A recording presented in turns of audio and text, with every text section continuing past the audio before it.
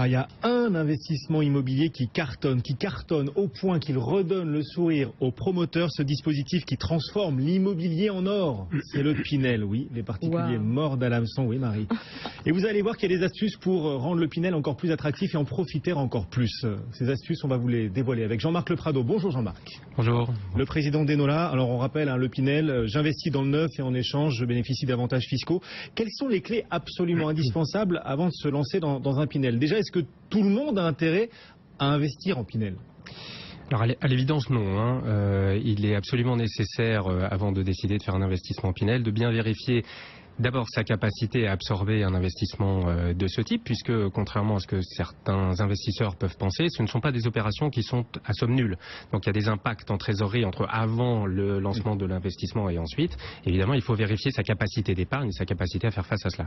Ensuite, il y a, on va dire, un niveau minimum d'impôt sur le revenu à payer dans l'année pour que l'équation immobilière ressemble à quelque chose. J'estime qu'en dessous de 3 à 4 000 euros d'impôt sur le revenu annuel, il est vraisemblablement plus intéressant de regarder du côté de l'investissement classique en régime commun plutôt que de regarder en Pinel. Les impacts de trésorerie seront vraisemblablement inférieurs. Par ailleurs, il y a d'autres, vous parliez de loi Malraux à l'instant.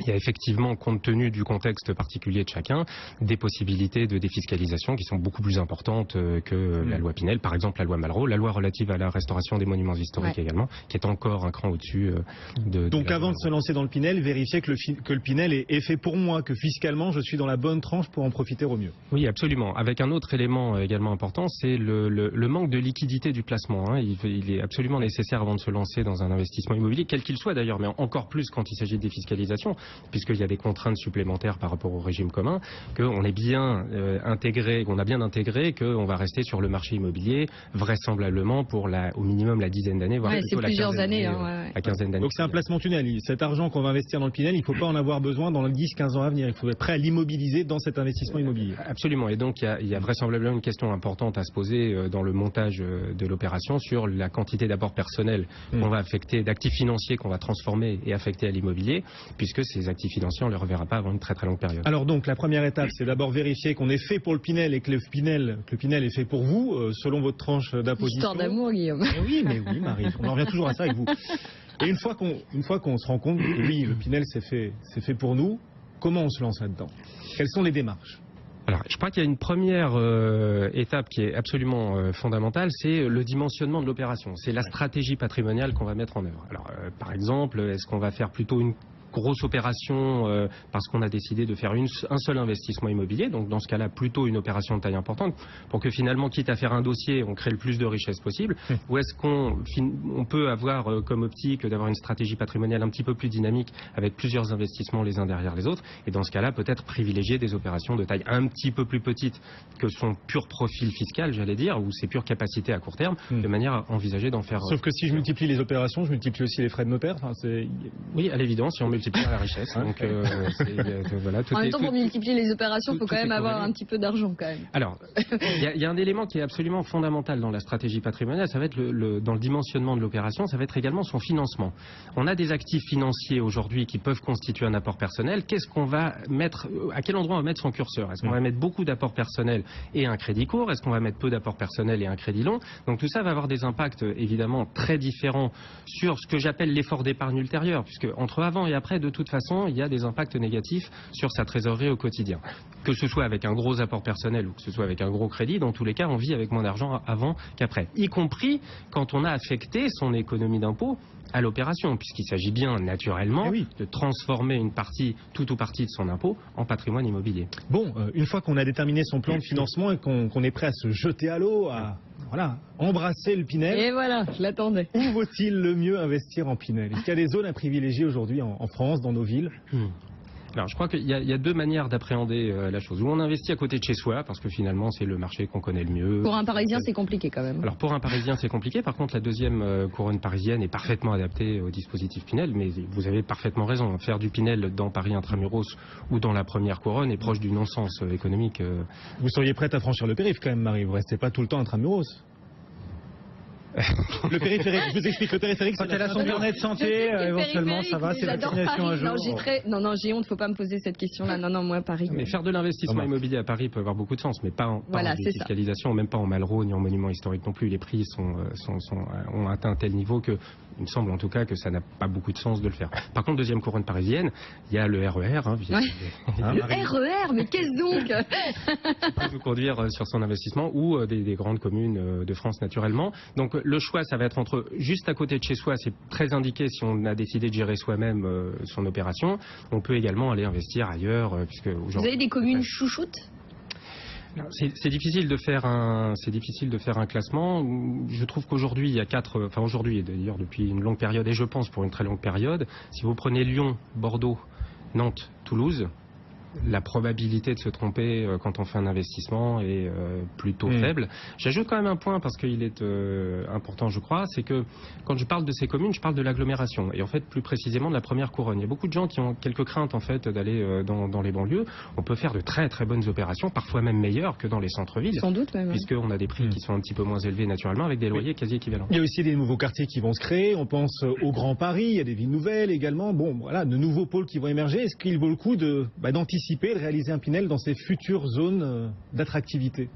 C'est un niveau de risque qui est plus important. Je suis, moi, à titre personnel, un petit peu plus frileux sur les nouveaux quartiers. Vous pariez pas sur l'avenir, c'est triste quand même. Écoutez, chacun son niveau de risque, son curseur de risque. Mais vous qui êtes sur Paris, l'avenir de l'immobilier à Paris, dans le neuf, et on peut en discuter également. Il y a des nouveaux quartiers qui fonctionnent très très bien dans le temps. Il y en a d'autres qui fonctionnent assez mal. Je prends par exemple Bordeaux. Il y a un très grand quartier qui s'appelle Bassin à Flot, qui est en plein développement.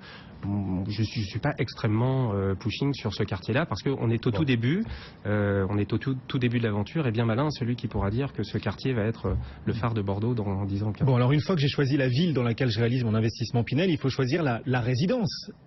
Et toutes les résidences ne se valent pas, on imagine. Alors, vous avez parfaitement raison. Non seulement il faut choisir sa localisation géographique, il faut choisir la commune, il faut choisir le quartier dans la commune, il faut également choisir l'immeuble dans ce quartier. Est-ce qu'il y a des immeubles plus propices à un Pinel réussi que d'autres?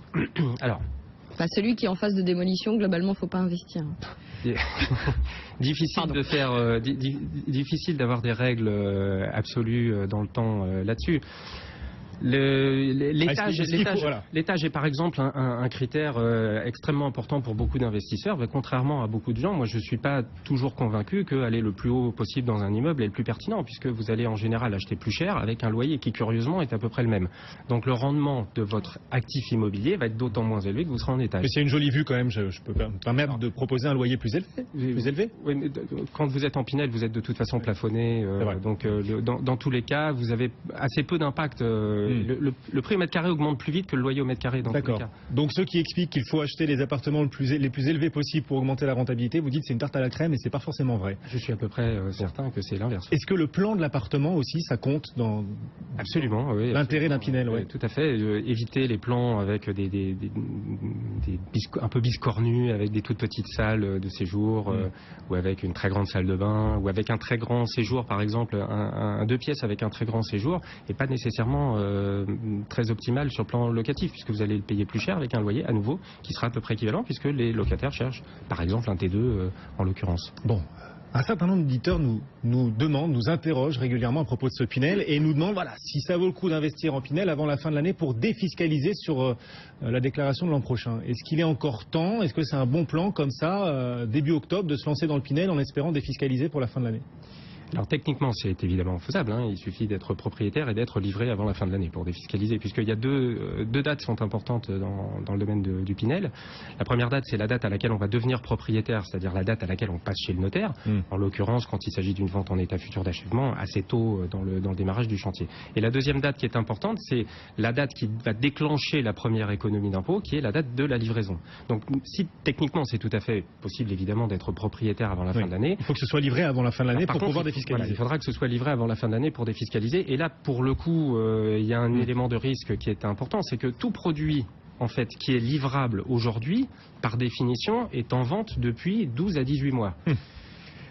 Et s'il n'a pas trouvé de preneur depuis 12 à 18 mois, c'est plutôt mauvais signe. En tout cas, très régulièrement, sauf cas très exceptionnels, ça arrive de temps à autre, mais sauf cas très exceptionnels, effectivement, ce sont plutôt les plans qui tournent mal, plutôt le rez-de-chaussée plein nord sur la voie de garage, et celui-là va assez loin dans le temps de la commercialisation. Donc investir en Pinel avant la fin de l'année, ça peut aussi être un piège, on peut tomber sur des queues de programme. Le Pinel, justement, il est supposé durer jusqu'à fin décembre 2016, il reste plus qu'une grosse année. Est-ce que vous ne craignez pas que certains promoteurs se lancent comme ça au tout dernier moment dans le Pinel, un peu à l'arrache, quitte à faire prendre des risques aux investisseurs? Alors, je suis assez confiant effectivement sur le fait que la loi sera reconduite d'une manière ou d'une autre. Elle changera sans doute de nom. Il y aura un taux un petit peu plus élevé, un peu moins élevé. Il y aura un nouveau ministre, etc. Donc il y aura de. Vous l'avez pas aimé le Duflo, vous non plus, c'est ça? Si, moi j'ai beaucoup apprécié le Duflo. C'est un grand fan, lui. J'ai eu aucun problème avec le Duflo, mais finalement ça change, pour être honnête, pas grand-chose pour moi. En termes d'analyse, le produit qui était efficace en Duflo, il l'est tout autant en Pinel. Il faut être très prudent. D'une manière générale, il ne faut jamais, absolument jamais, mettre l'économie d'impôt comme la pierre centrale de son investissement. On fait d'abord un investissement immobilier et on l'optimise fiscalement. Jean-Marc Le Prado, le président d'Enola, toutes les clés pour investir en Pinel. Donc merci Jean-Marc, l'apôtre du Pinel. Merci Marie. Je vous en prie Guillaume. L'apôtre de l'immobilier tous les matins dans Intégral Placement. Et le CAC 40, lui, il est en petite baisse. On cherche à se stabiliser à 4614 points.